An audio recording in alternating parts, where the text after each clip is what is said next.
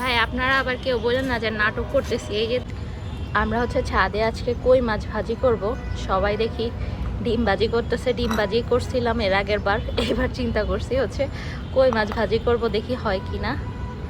আল্লাহ কি গরম হয়ে আছে। এই যে এটা পাইপেনটা দিয়ে গেছিলাম হচ্ছে 12টার সময়, আর এখন 1:30টার সময় আসছি হচ্ছে মাছটাকে ভাজি করতে।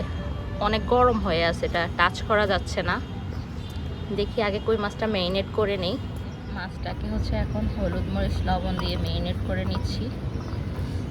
কি পরিমাণ গরম, আল্লাহ থাকাই যাচ্ছে না ছাদের মধ্যে।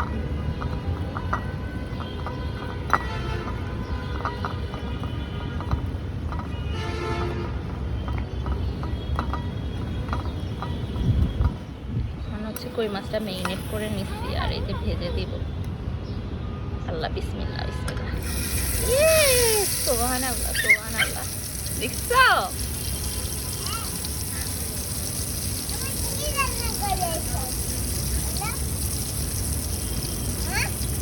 জি মা বলো। এটা কই মাছ ফ্রাই করি বাবা।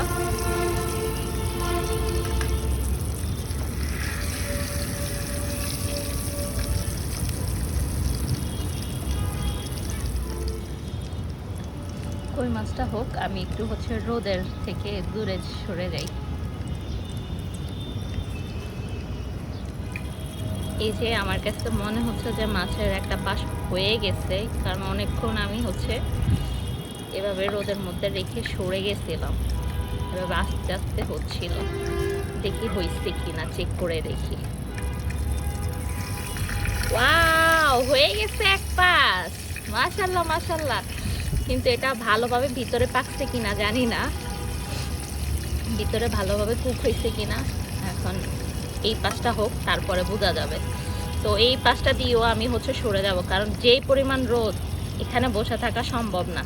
কই মাছের সাথে আমি নিজেও ফ্রাই হয়ে যাব। চেক করতে আবার আসলাম, তো এই পাশটাও মোটামুটি হইছে আমার কাছে লাগতেছে। তো মাছটাকে এখন আমি তেল থেকে তুলে নেওয়ার জন্য প্লেটটাকে হচ্ছে ক্লিন করে নিব। এই যে এখানেই ক্লিন করব, কারণ বাসায় গিয়ে আবার আস্তে আস্তে লেটই হয়ে যাবে। কি রে মেহরিন, পানি চলে গেছে দেখি। আমি প্লেটটা হচ্ছে কোনো রকম টিস্যু দিয়ে ক্লিন করে নিয়েছি, কারণ পানি চলে গেছে তো কিছু করার নাই। আর এদিকে দেখলাম মাছটাও ফ্রাই হয়ে গেছে, আমার কাছে লাগতেছিল।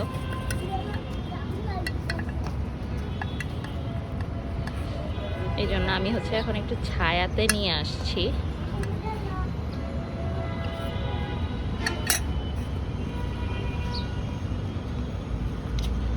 গরম, এটা কিভাবে আমি খুলবো, অনেক গরম অনেক গরম।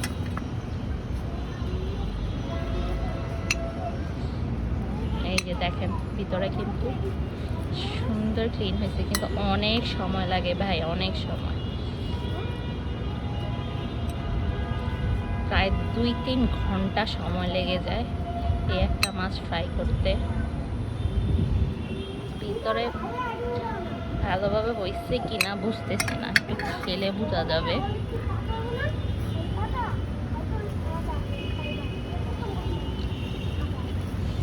না, ভিতরে কিন্তু তেমন একটা পাকে নাই, কারণ ভালো করে বাসায় নিয়ে কিন্তু আরেকটু ফ্রাই করতে হবে, কারণ ভিতরে একটু কাঁচা কাঁচা স্মেল আছে। তো আমার আজকের ভিডিওটা কেউ ট্রাই করতে যাবেন না, কারণ গরমে একদম সিদ্ধ হয়ে যাবেন।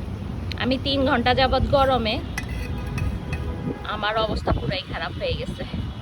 আল্লাহ হাফেজ, সবাই ভালো থাকবেন। আর আমার ভিডিওটা ভালো লাগলে অবশ্যই শেয়ার করবেন। আমার মাছটা কিন্তু ভালো করে পাকে নাই, আমি বাসায় নিয়ে ভালো করে মানে ভালো করে কুক করে তারপরে হচ্ছে খাবো। সো আমার মতো এরকম কষ্ট করে ট্রাই কেউ করেন না, শুধু শুধু সময় নষ্ট। আল্লাহ হাফেজ, সবাই ভালো থাকবেন সুস্থ থাকবেন। আর ভালো লাগলে অবশ্যই ভিডিওটা শেয়ার করবেন, লাইক কমেন্ট শেয়ার করতে ভুলবেন না।